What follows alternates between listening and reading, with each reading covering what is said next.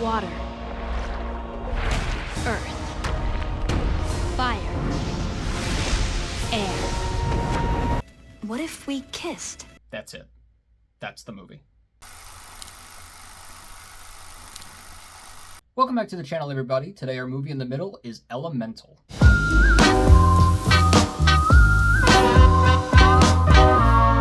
Elemental is Pixar's most recent movie about the love affair between Fire Girl Ember and Water Boy Wade as they fall in love despite prejudices against each element. Not exactly the plot I would have imagined for this movie.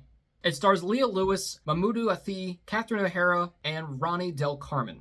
Not Richard Kind somehow. I told you I'd get to this one, I promised. Elemental came out in June, I believe, and it was met with some, mixed reviews. It was okay. Some people thought it was, fine, didn't blow them away or anything. But the weird thing for me was that it didn't seem to get a lot of trailers or marketing. Like, I really only saw the one teaser trailer, and then I didn't even see the next one until like a week before the movie came out. So it was kind of weird. I don't know what was up there. Starting off with the highs, the design of the world. As always, Pixar does an incredible job in fleshing out this world building with all these really funny concepts and ideas I would never have thought of. They just do such a good job at giving you what an average day would look like for these people in this city, complete with visual gags and funny spins and twists on everyday activities. Although, as with a lot of these, it's just there's some things you just can't think about too much, like the fact that the dad, who's a I don't know what to call them, people, I'm just gonna call them people, he has to stop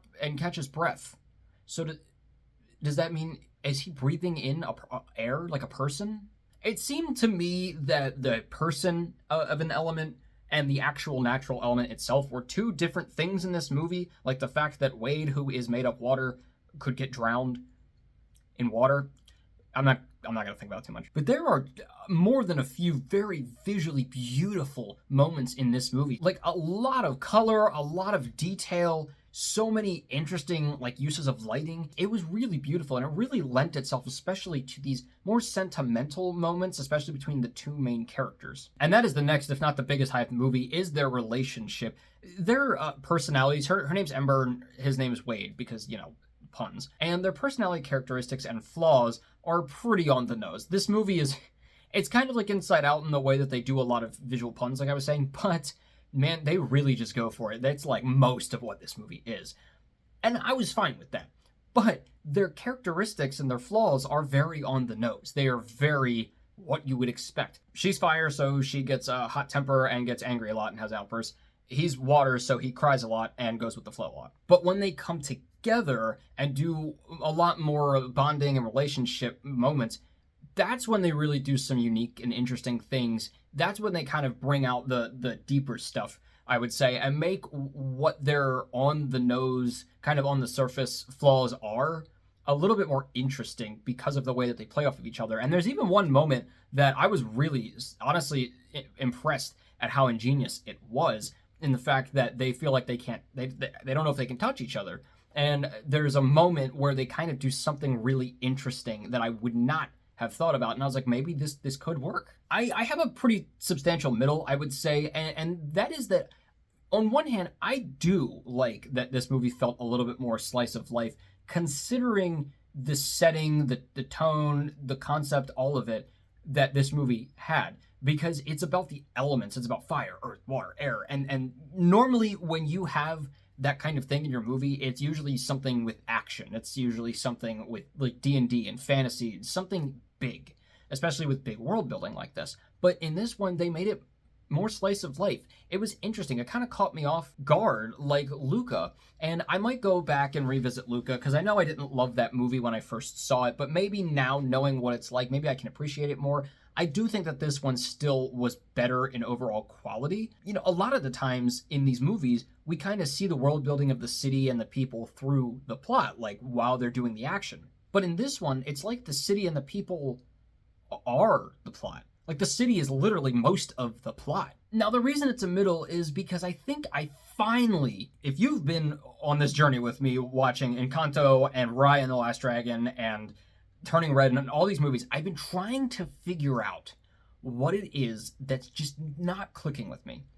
And I think part of it is that the themes are the plot. They don't have a lot of plot in the movies anymore. I mean, they do, but it's not like there's a plot and then the themes are kind of hidden within it.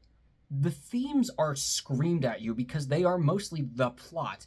And again, I'm not trying to be the whole this is very woke. Like, that's not what I'm trying to say, because Disney, sure, they're pushing a lot of stuff, but it's good stuff to talk about. However, what's making it not great is they're taking those things and being like, okay, this normally in a story, like, this is what you want to talk about, and you hide it within the story.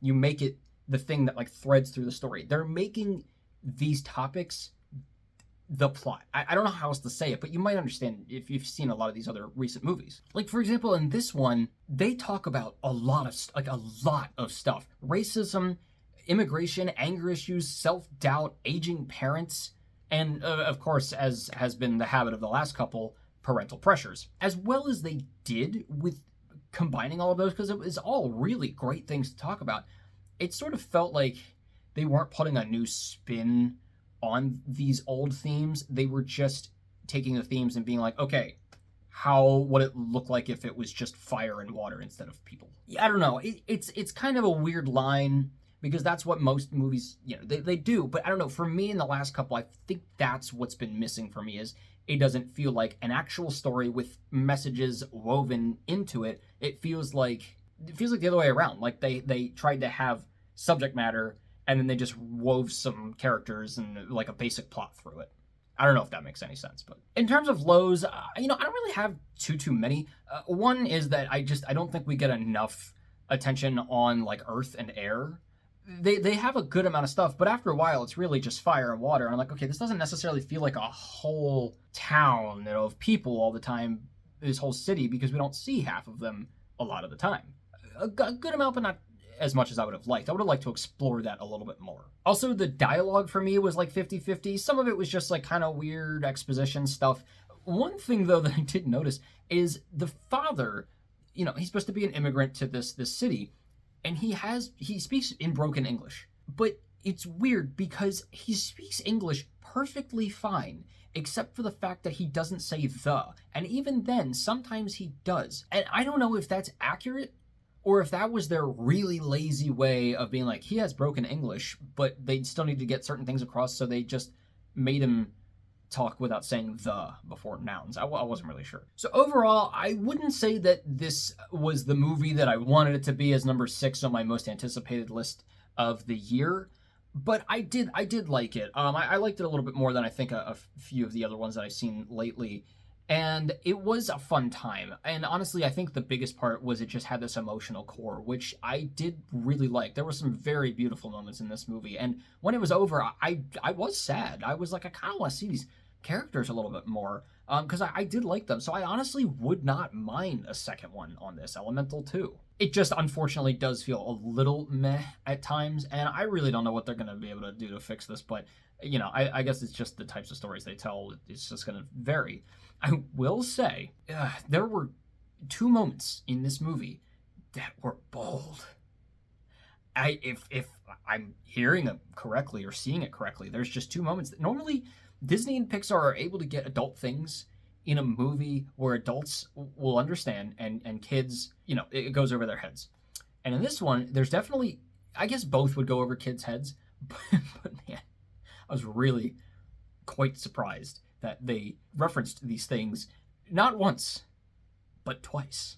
I'm going to give Elemental a 3 out of 4. Well, guys, let me know what you thought of Elemental. Let me know where it ranks among maybe the most recent Pixar movies that have come out and most recent Disney movies, because I know there's some contention there on if any of them are really that good. But I think there's some good stuff in all of them. And as always, keep your hopes high, your stress low, and look forward to the next couple videos because it's time. I'll see you guys later.